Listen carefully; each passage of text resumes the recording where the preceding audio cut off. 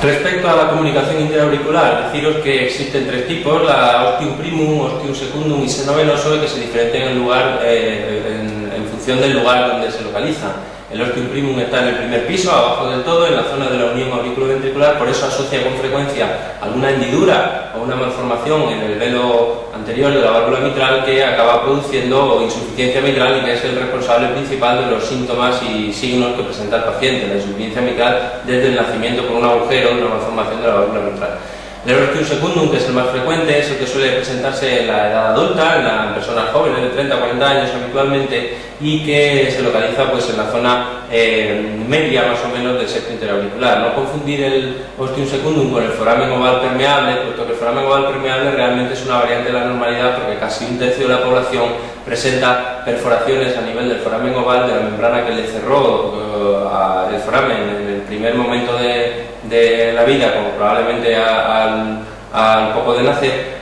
Bueno, pues este foramen oval permeable, insisto, es una variante normal, no es necesariamente una enfermedad ni tiene que dar lugar a ningún problema.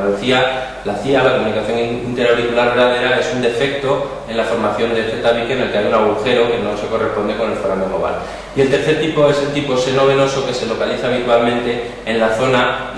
cercana a la desembocadura de las venas cavas y que a veces se asocia a drenaje venoso pulmonar anómalo, bien sea total o parcial, que da lugar a una imagen radiológica que se llama el signo de la cimitarra, porque remeda un poco radiológicamente a las cimitarras, a unas espadas que en la época medieval pues llevaban ciertos ejércitos.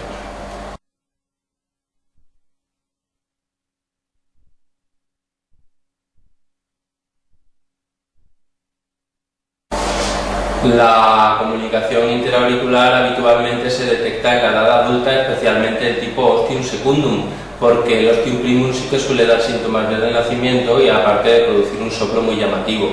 por la insuficiencia mitral. Realmente el ostium secundum suele detectarse en la edad adulta, ya os digo, en torno a los 30-40 años, cuando el paciente empieza a desarrollar hipertensión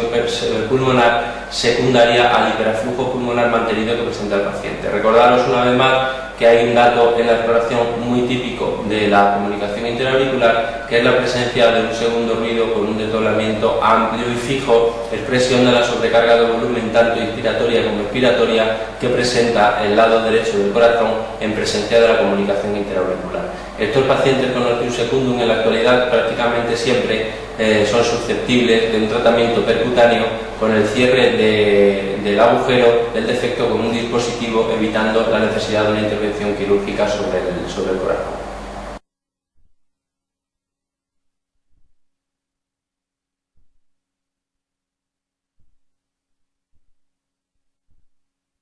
La indicación del cierre del defecto de la CIA viene dada por el volumen de sangre extra que está circulando por el lecho pulmonar, porque el lecho vascular pulmonar se defiende del hiperaflujo continuado de sangre, desarrollando una serie de cambios anatomopatológicos en su pared que pueden acabar desencadenando una hipertensión pulmonar inicialmente reactiva y que finalmente puede alcanzar la formación de lo que se llaman lesiones plexiformes, que puede hacerse completamente irreversible, de forma que puede llegar a ser tan alta la presión en el lado derecho del corazón por la hipertensión pulmonar que invierte el shunt, apareciendo un flujo de sangre desde aurícula derecha a aurícula izquierda y por tanto cianosis en el paciente, denominándose a esta situación la situación de Eisenmenger.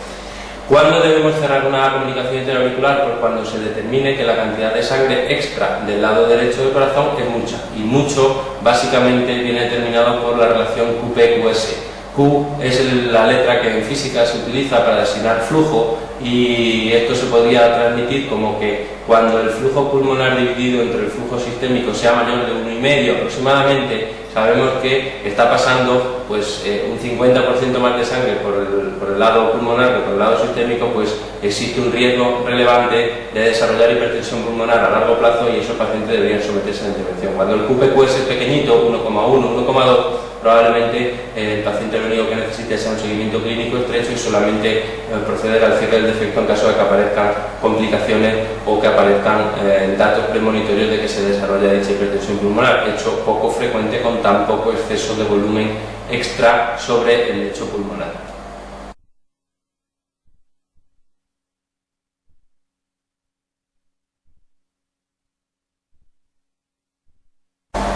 La comunicación interventricular es la cardiopatía congénita más frecuente si excluimos la válvula aórtica bicúspide, que es tan frecuente que no se considera como tal una cardiopatía congénita. Se puede localizar en el septo membranoso, que es más frecuente, en el septo muscular, que suelen ser pequeñitas y múltiples y que generalmente se cierran solas con el desarrollo del músculo del corazón en el crecimiento. Las comunicaciones interventriculares producen un soplo que lógicamente va a ser sistólico, puesto que al haber un orificio que comunica los dos ventrículos, durante el día la presión que tienen los dos ventrículos va a ser prácticamente igual, muy bajita y prácticamente iguales. Es en sístole cuando hay grande diferencia, porque el ventrículo izquierdo va a tener presiones de 120, 130 milímetros de mercurio, mientras el ventrículo derecho no va a levantar más allá de 30 milímetros de mercurio en condiciones normales. Por lo tanto, solamente es en sístole cuando vamos a oír la turbulencia de flujo del paso de sangre del lado izquierdo al lado derecho a través de la comunicación.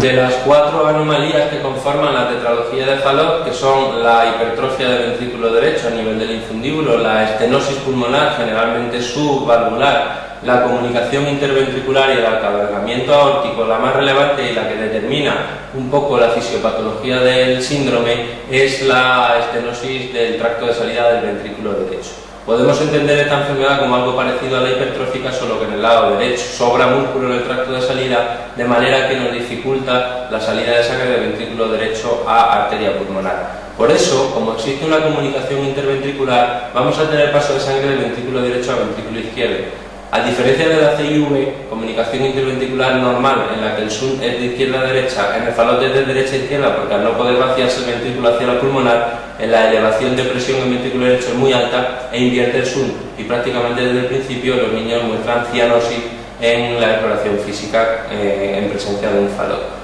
Es este, por tanto, el hecho más importante desde el punto de vista hemodinámico, la obstrucción del tracto de salida, que es el que, junto con el cierre del defecto de la comunicación interventricular, debe ser corregido en la intervención quirúrgica para prevenir el desarrollo de complicaciones futuras.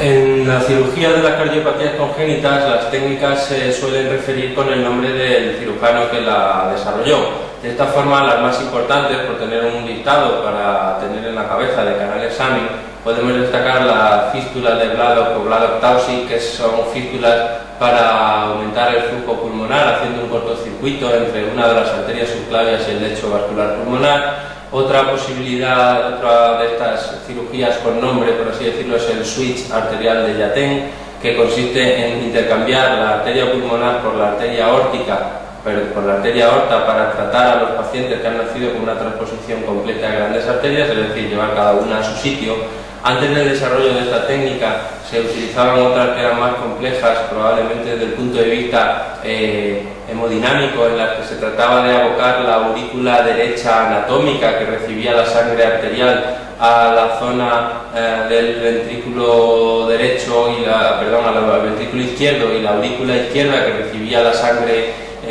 venosa, sangre venosa sistémica hacia el ventrículo derecho, y estos cruces son cirugías complejas como la técnica de Mustar o la técnica de Senning. Y finalmente el Fontan hace referencia a cirugía en la que se comunican las venas cavas en distintas fases, con la fístula de Glenn y demás. Bueno, con distintas fases, el caso es comunicar las venas cavas a la arteria pulmonar directamente, saltándonos el ventrículo derecho que queda excluido de la circulación, y que se utiliza para tratar determinadas cardiopatías congénitas complejas con fisiología de ventrículo único.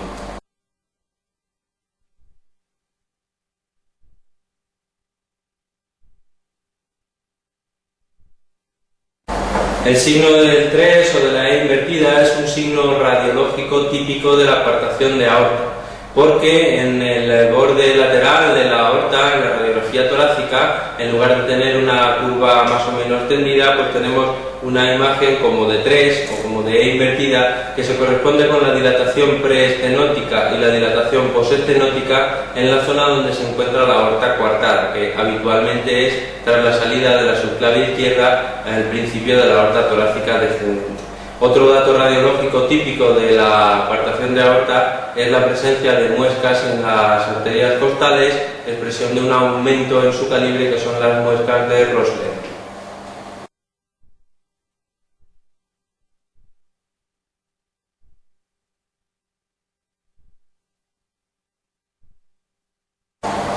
La atrioseptostomía percutánea de Raskin, que en el fondo es lo que nos describe esta pregunta, consiste en crear una gran comunicación interauricular de forma percutánea para mejorar el intercambio de sangre a nivel de las dos aurículas para aquellos neonatos que tienen cardiopatías congénitas cianóticas graves, en las que nos interesa de alguna manera asegurar que haya la mayor cantidad posible de mezcla entre las sangres del territorio venoso y el territorio arterial. Por eso de las cardiopatías congénitas que se muestran aquí, la única cianótica es la atresia tricurpidia, pues es la que tenemos que considerar únicamente. Todas las demás tienen un shunt, al menos inicialmente, izquierda a derecha, no tienen cianosis, no tienen necesidad en absoluto de hacer ninguna técnica en el momento del nacimiento para aumentar ese shunt.